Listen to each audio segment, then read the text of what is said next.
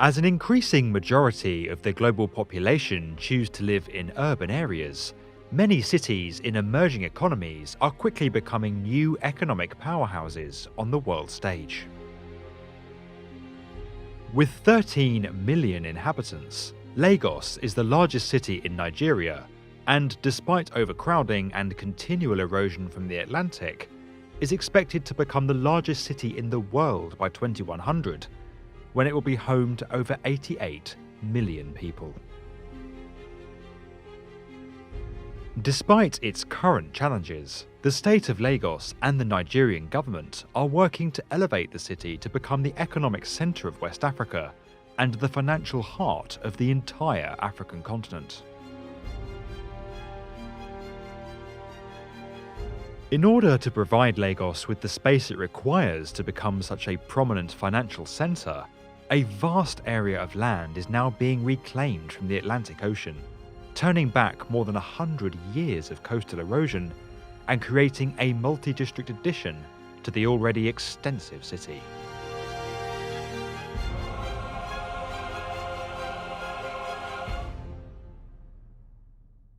Funded by a consortium headed by South Energy X Nigeria Limited and developed in conjunction with the Nigerian government, the vast Eco Atlantic scheme will reclaim 10 square kilometres of land from the Atlantic Ocean and extend the coastline more than 2 kilometres offshore. 10 new city districts will then be constructed on this reclaimed land, providing commercial, residential and recreational amenities and homes to more than 250,000 residents. In addition, some 150,000 commuters will be expected to visit Eco Atlantic every day. Centred around Eco Boulevard, a 2-kilometre long main route that is intended to become the equivalent of New York's Fifth Avenue or Paris's Champs-Élysées, this new city aims to become the global gateway into Africa, with its own independent power, water, fibre optics and drainage systems that seek to provide world-class infrastructure to its occupants.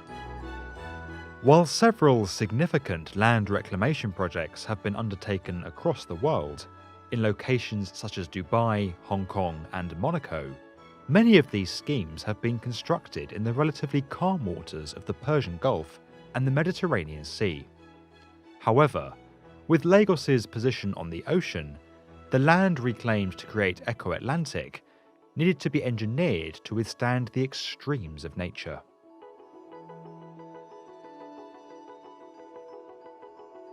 In order to construct this extensive new area of land and ensure that it remains in place, even in the face of a 1 in 1,000 year storm, engineers are constructing what has become dubbed the Great Wall of Lagos.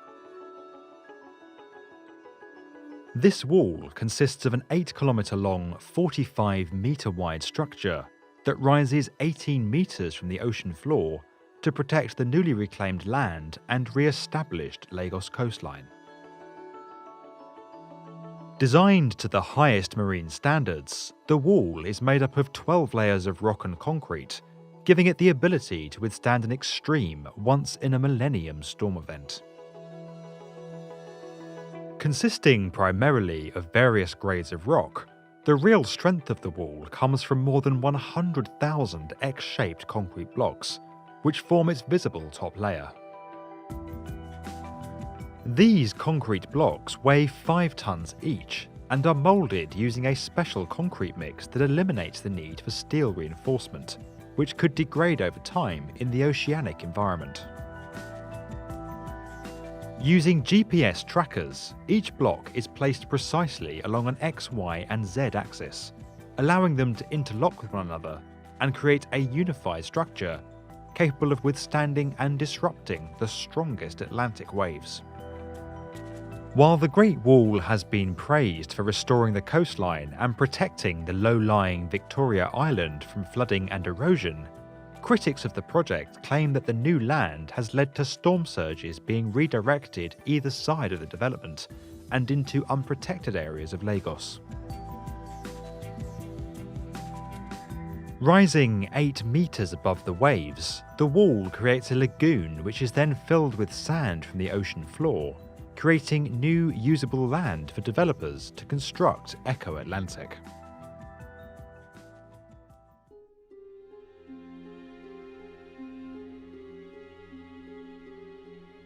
While works first commenced in 2008, it was not until 2013 that enough land had been reclaimed to enable infrastructure and building construction to begin. With canals, roads, and bridges under construction, in 2016, Echo Black Pearl became the first residential tower to open, marking a major milestone for the project. Since then, the tower has been joined by the Echo White Pearl and a number of other structures across the area. With 6.5 square kilometers of land already reclaimed from the ocean, the project is now over 50% complete. And with critical infrastructure in place, developers will soon be opening the newly created region to further foreign investment. Despite receiving strong support from the Nigerian government, some have criticised the project, saying it will increase inequality between those in Echo Atlantic and others in the wider city of Lagos. However, with projects like the Lagos Metro and the Lagos-Kano Railway already raising the standard of living across the country, the increased investment that Echo Atlantic will bring to Nigeria is likely to allow further projects to be undertaken well into the future. If you enjoyed this video and would like to get more from the definitive video channel for construction, subscribe to the B1M.